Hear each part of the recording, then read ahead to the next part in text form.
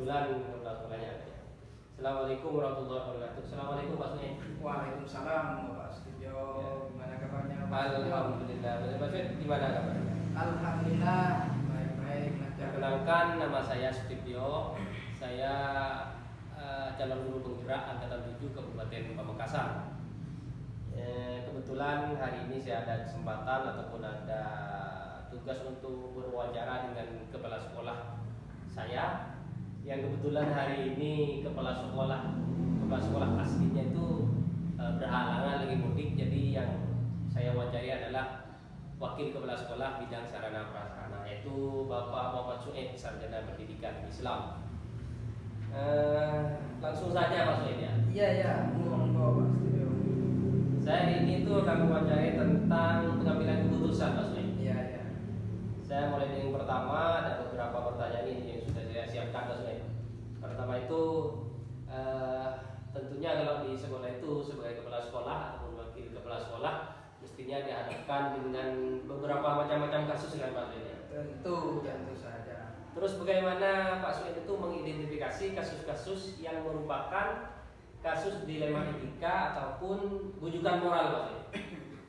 Ya, sebelum saya menjelaskan hal itu Pak Setibio, saya sebagai wakil kepala sekolah bidang sarana prasarana selalu saja mendampingi kepala sekolah, apalagi dalam hal mengemban amanah mengambil keputusan.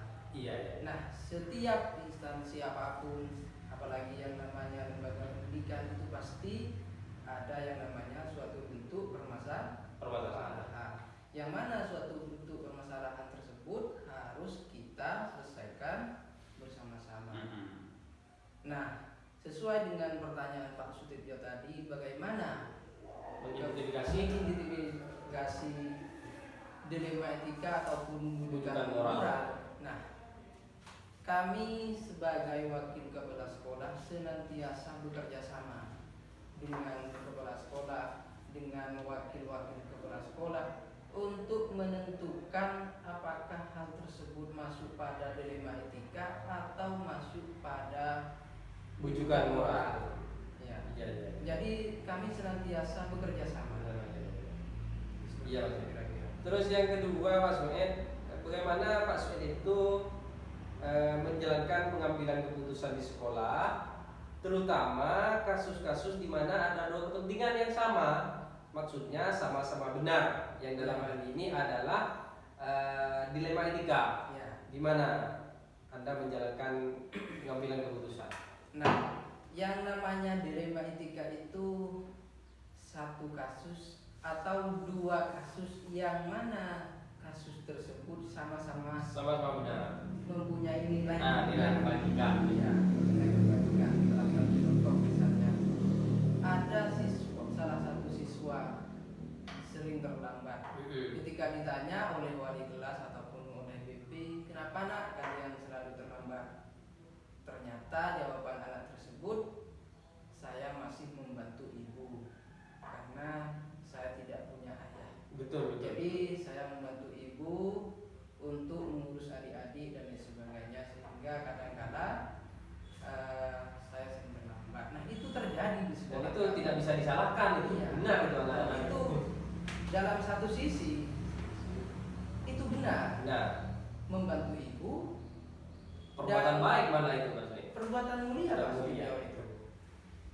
Jadi kami dilema dalam mengambil keputusan-keputusan tersebut. Jadi hal-hal yang seperti itu kami anggap kasus dilema etika. Iya. Terus begitu ya. Terus Iya. Pak Sued ya. Hal-hal apa saja yang selama ini menurut Bapak itu dianggap efektif dalam pengambilan keputusan pada kasus-kasus yang dilematik tadi, dilema etika, Ya. salah satunya benar. Yang Bapak anggap efektif itu apa itu untuk mengatasi hal tersebut? Ya, yang sangat efektif tentunya adalah kerjasama antar warga sekolah. Nah, yang mana warga sekolah itu terdiri dari guru, waka, wali kelas, dan orang tua. Itu termasuk warga sekolah. Warga ya. Jadi kami selaku wakil kepala sekolah senantiasa melakukan kerjasama, melakukan komunikasi untuk mengambil keputusan-keputusan yang dilema etika seperti itu. Jadi tidak otoriter. Iya, tidak bisa diambil keputusan sepihak.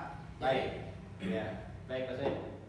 Terus selama ini adakah tantangan itu yang merupakan tantangan dalam pengambilan keputusan yang sifatnya dilema etika tadi? Ya, tantangan yang menjadi tantangan kepada sekolah, yang menjadi bisa jadi dianggap apa? Hambatan Ya. Hambatan kepada sekolah dalam menganalisis adanya dilema etika tersebut. Kami kadang-kala agak susah untuk menyampaikan adanya dasar-dasar penting pertimbangan kepada warga sekolah. Ya. Karena yang namanya dilema etika itu kan kata anak-anak, yang namanya dilema itu maju kena mundur kena. Ya, betul. Jadi agak susah ya.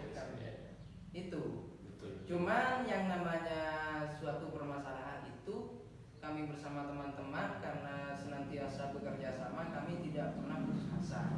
Dan alhamdulillah semua permasalahan itu bisa teratasi semua dengan adanya kerjasama. Iya. Ya begitu ya. Iya. Terus selanjutnya, apakah Pak Suen itu memiliki jadwal tertentu dalam penyelesaian kasus-kasus dilema etika tersebut, Pak Suen? Apakah langsung menyelesaikan di tempat waktu itu juga atau bagaimana? Kalau terkait masalah jadwal seperti jadwal pembelajaran, Ya. tidak ada Pak Tio. Tidak ada. Karena yang namanya masalah itu datang tanpa diundang. Kapan saja, di mana saja itu bisa datang. Sehingga kami tidak mungkin bisa membuat jadwal untuk membuat daftar-daftar permasalahan atau untuk mengatasi permasalahan tersebut. Berarti, apalagi dalam mengambil keputusan. Intinya kondisional lah. Iya. Di mana ada suatu bentuk permasalahan, maka kami segera mengatasi dan mengambil keputusan tersebut. Baik. Dengan adanya kerjasama. Iya. Terima kasih Pak Suen. Terus selanjutnya, adakah seseorang ataupun faktor apa yang selama ini mempermudah atau membantu Bapak untuk pengambilan keputusan dalam kasus dilema tersebut, dilema etika maksudnya? Oh, ada.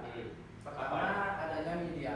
Adanya media itu sangat membantu kami untuk mempermudah mengambil keputusan terhadap dilema etika atau menganalisa. Iya.